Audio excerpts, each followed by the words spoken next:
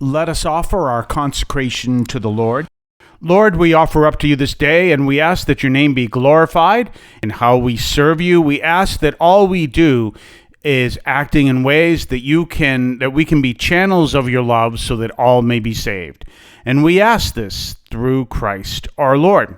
Well, today we're celebrating the memorial of Saint Andrew Kim Taegon, who was a priest and a martyr, and his companions, which were all martyrs. And these were people who lived in the late 1700s, or early 1800s in Korea.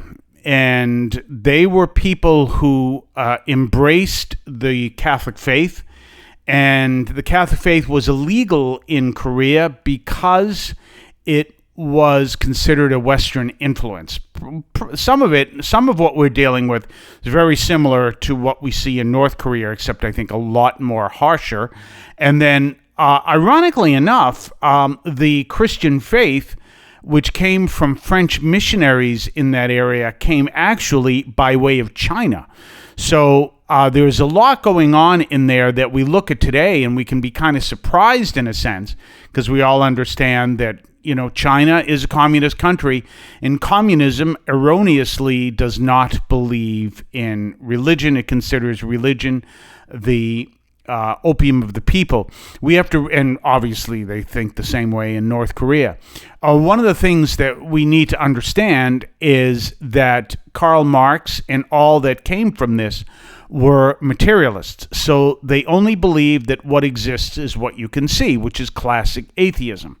And so they wanted to eliminate any Western influence back during the time of Andrew Taegon and his companions, Father Andrew Taegon and his companions.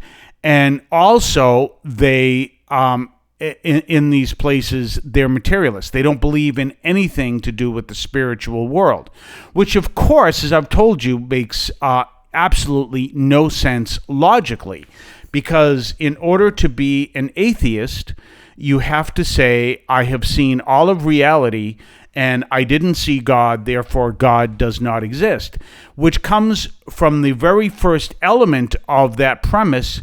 How do you know that you are able to see all of reality?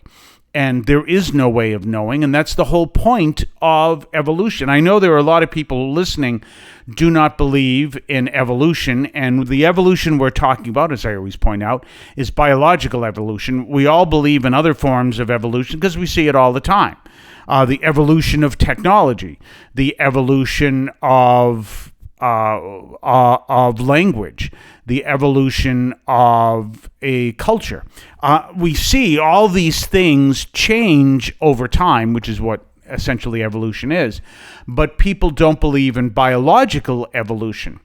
But scientists do, and we're talking on a scientist level.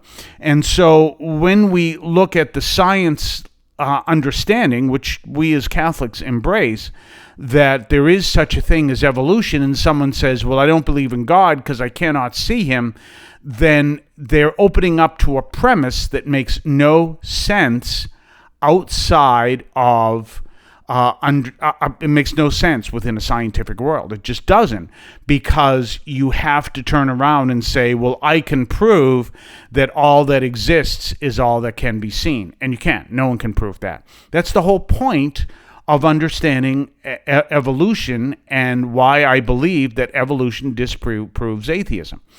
So that's all this to go back to Andrew Taegon and his companions, who at the time, what was made illegal was Western influence, and they believed that religion came from this Christian religion has a Western influence. We see that in some circles today where people consider Christianity white man's religion. Well, it isn't. It's, in fact, not only is it not white man's religion, the whole point of Christianity is to teach a truth that is as true, if not more, than scientific truth. And it doesn't make any sense. If you were to turn around and say, for example, that physics is white man's science, hypothetically, well, that would mean that if you came from a country that was predominantly white, then physics would apply. And if you came from a country that was predominantly black, physics would not apply. That makes no sense whatsoever. But Christianity is as true as physics. And this is something a lot of atheists do not get. And it's not that I'm criticizing them, obviously, but it's not that I'm condemning or anything else. It's they don't understand that. Christianity is as true as physics, which is why I use it all in the example. And here we have these men who believed in this truth intensely, men and women, who believed in this truth intensely, and they could not be convinced otherwise, even though it was made illegal to believe in this truth in Korea. And literally it would be the same thing as saying, well, you can't believe that a sodium atom and a chloride atom come together and form salt in this country. Well, that makes no sense, and we know that. We'll talk more on the other side of the break. We'll be right back right after this. Don't forget to tell others where they can find our program. Okay, you can hear us on WEZE 590 AM and WEZEradio.com at midnight and 3 o'clock in the morning, Monday through Friday, Eastern Time. We then podcast the program on your favorite podcast platform and at CatholicAudiomedia.com. That's CatholicAudiomedia.com. You can also hear us on our parish website, ST for StAnthonyAlston.org. That's StAnthonyAlston.org. And let others know where they can find us and spread the word and subscribe to our podcast. And we're back, and we're talking about the readings for today. But first, we've been talking about the memorial that is today, which St. Andrew Kim Taegon and his companions.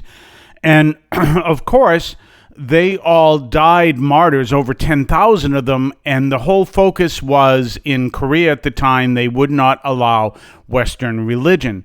But as we look at today's reading, and this is 1 Timothy 3, 14 through 16, one of the things we're looking at is the fact that the church is the foundation of truth. Now, we're talking about the church as not so much the imperfect element of the church, the reality, that element of the church that is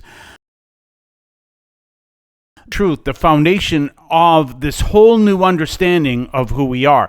And this is something a lot of people do not comprehend. In a sense, we can understand it this way. I hope this comes out right. This might come out wrong. But we understand it this way. I always compare everything to physics. And one of the reasons is, I'm surrounded by Harvard University, Boston University, Lesley College is down the street, Boston College is up the street. That's the area I'm in. I'm in the very strong academic area of the Cambridge-Boston side. We're actually on the Boston campus of Harvard University, and I'm between Harvard and the GBH Foundation, which is the home of WGBH Radio and Television. So we're in a pretty heavy academic area. If you have physics, and we've got all the teachings of physics, we get everything that is all about physics in every way, that does everything that physics does, and we have the physics department at Harvard University. Harvard University is an imperfect university, just like any other university is imperfect. I'm surrounded by Harvard, I'll tell you right now, it's an imperfect university, just like any other university is an imperfect university. Does that mean that the physics they teach at Harvard University is invalid? Well, no, obviously that's not. That's ridiculous.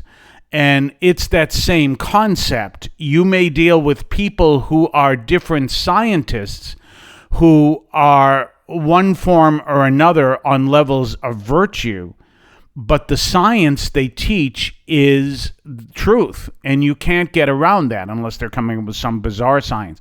But you see what I'm saying? When you can turn around and say, yes, this is physics, and this is true, even if you're dealing with someone who is not the model college professor at Harvard University, everything he's teaching is true unless he's teaching crazy physics, which then he shouldn't be employed there. So you see what I'm saying? Well, the church can be like that 2. The church is there to bring the message of truth, but we all know that the church is an imperfect institution, and therefore it is filled with imperfect people. Does that mean the truth that is being preached by the church is false?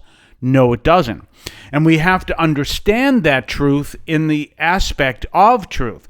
One of the biggest problems I have in teaching, not so much in this parish, but just in general, in the larger world that I'm always trying to get that message across, is many people look at the church as a foundation of morality.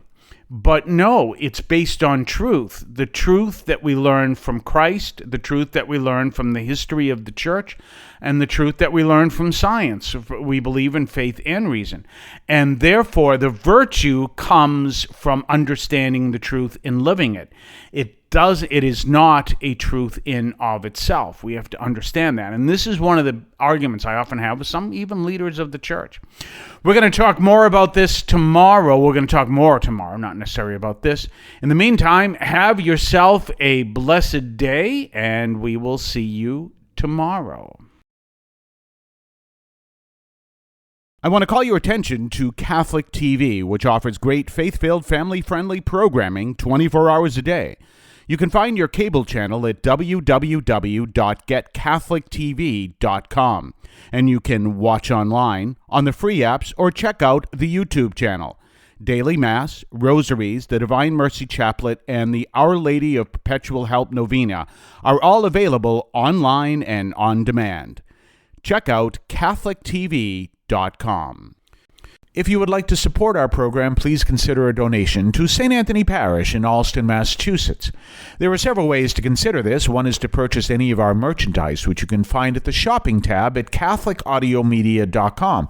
That's CatholicAudiomedia.com. There are coffee mugs there. There's also my latest book, Encounter Christ in Your Humanity, all of which you can find at the shopping tab at CatholicAudiomedia.com. You can also donate to the show directly through either the Donate tab, also at CatholicAudiomedia.com, or by sending a donation through the U.S. Postal Service with your questions and comments at 43 Holton Street, Allston, Massachusetts, 02134. That's St. Anthony Parish, 43 Holton Street, Allston, Massachusetts, 02134. Finally, the best way you can support our parish is to attend Mass on Sundays at 10 o'clock and be a part of our parish. We thank you for any support you would like to give to St. Anthony Parish in Allston, Massachusetts, the sponsoring parish for this media outreach to Catholics and other Christians in the WROL, WEZE, and podcast listening audience. In Cristo vivimos.